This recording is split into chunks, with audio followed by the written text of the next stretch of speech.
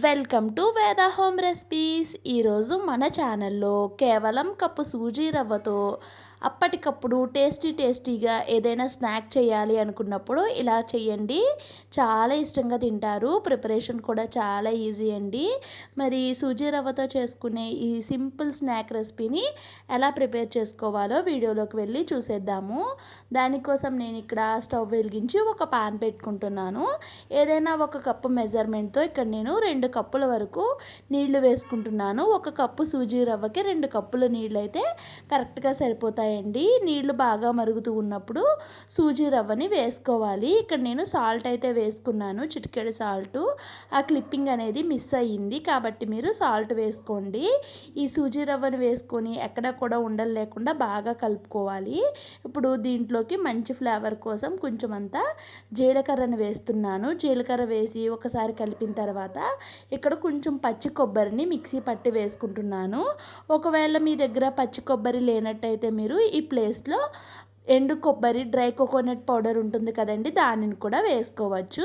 ఇప్పుడు మొత్తం అంతా కూడా కలిసేలాగా ఇలాగా స్మాష్ చేసుకుంటూ బాగా కలుపుకోవాలి. ఇప్పుడు ఫైనల్గా ఒక 2 టేబుల్ స్పూన్ల వరకు గోధుమ పిండిని వేసుకుంటున్నాను. గోధుమ పిండిని వేసుకొని మొత్తం అంతా కూడా బాగా కలిసేలాగా కలిపేసుకోవాలి. ఇలాగ మొత్తం అంతా కూడా కలిసిపోయి ఇలా పాన్ నుంచి సపరేట్ అవుతూ ఉన్నప్పుడు స్టవ్ ఆఫ్ చేసి ఈ మిశ్రమాన్ని పక్కన పెట్టేసుకోవాలి. ఒక 2-3 నిమిషాలు చల్లారిన తర్వాత దీన్నైతే మనం బాగా కలుపుకోవాలి. మనకి ఈ రవ్వ స్నాక్ వచ్చే విధానం అనేది ఇక్కడే ఉంటుందండి. క్రాక్స్ రాకుండా ఉండాలి అంటే దీనిని బాగా కలుపుకోవాలి. దీంట్లో కొంచెం నెయ్యిని కానీ నూనెని కానీ వేసుకోండి. వేసుకొని మొత్తం అంతా కూడా బాగా కలిసిపోవాలన్నమాట. బాగా కలిసేలాగా కలిపేసుకోవాలి. చూడండి, ఈ విధంగా మొత్తం అంతా కూడా కలిసిపోయి ఇలాగ మనకి సాఫ్ట్గా పిండితో చేసిన కన్సిస్టెన్సీ లాగా వచ్చేయాలన్నమాట. ఈ విధంగా వచ్చేసిన తర్వాత ఇప్పుడు నెక్స్ట్ ఏం చేయాలో చూసేద్దామండి.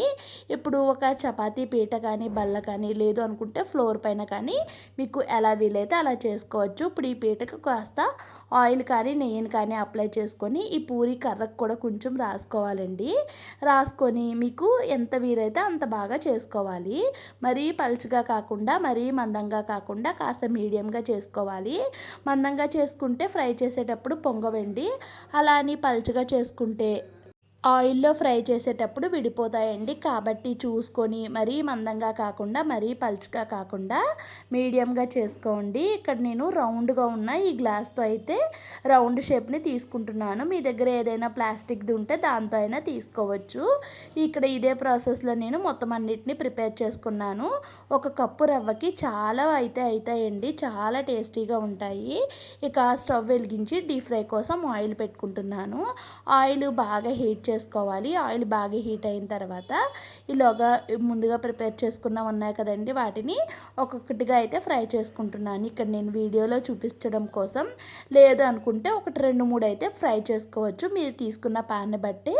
నేను తీసుకున్న ప్యాన్ పెద్దది కాబట్టి 2-3 అయితే ఫ్రై చేసుకున్నానండి. ఇక్కడ చూడండి, వేడి నూనెని దానిపైన వేస్తే చక్కగా పొంగుతూ వస్తుంది. చాలా టేస్టీగా ఉంటాయండి. సాయంత్రం మాటలు పిల్లలకి ఏదైనా టేస్టీగా స్నాక్స్ చేసి పెట్టాలి అంటే సింపుల్గా అన్ని ఇంట్లో ఉన్న వాటితో ఇలా ప్రిపేర్ చేసి పెట్టండి. అంతేకాకుండా మీ ఇంటికి ఎవరైనా చుట్టాలు వచ్చినా కూడా ఇలా స్నాక్ రెసిపీని చేసి పెట్టండి.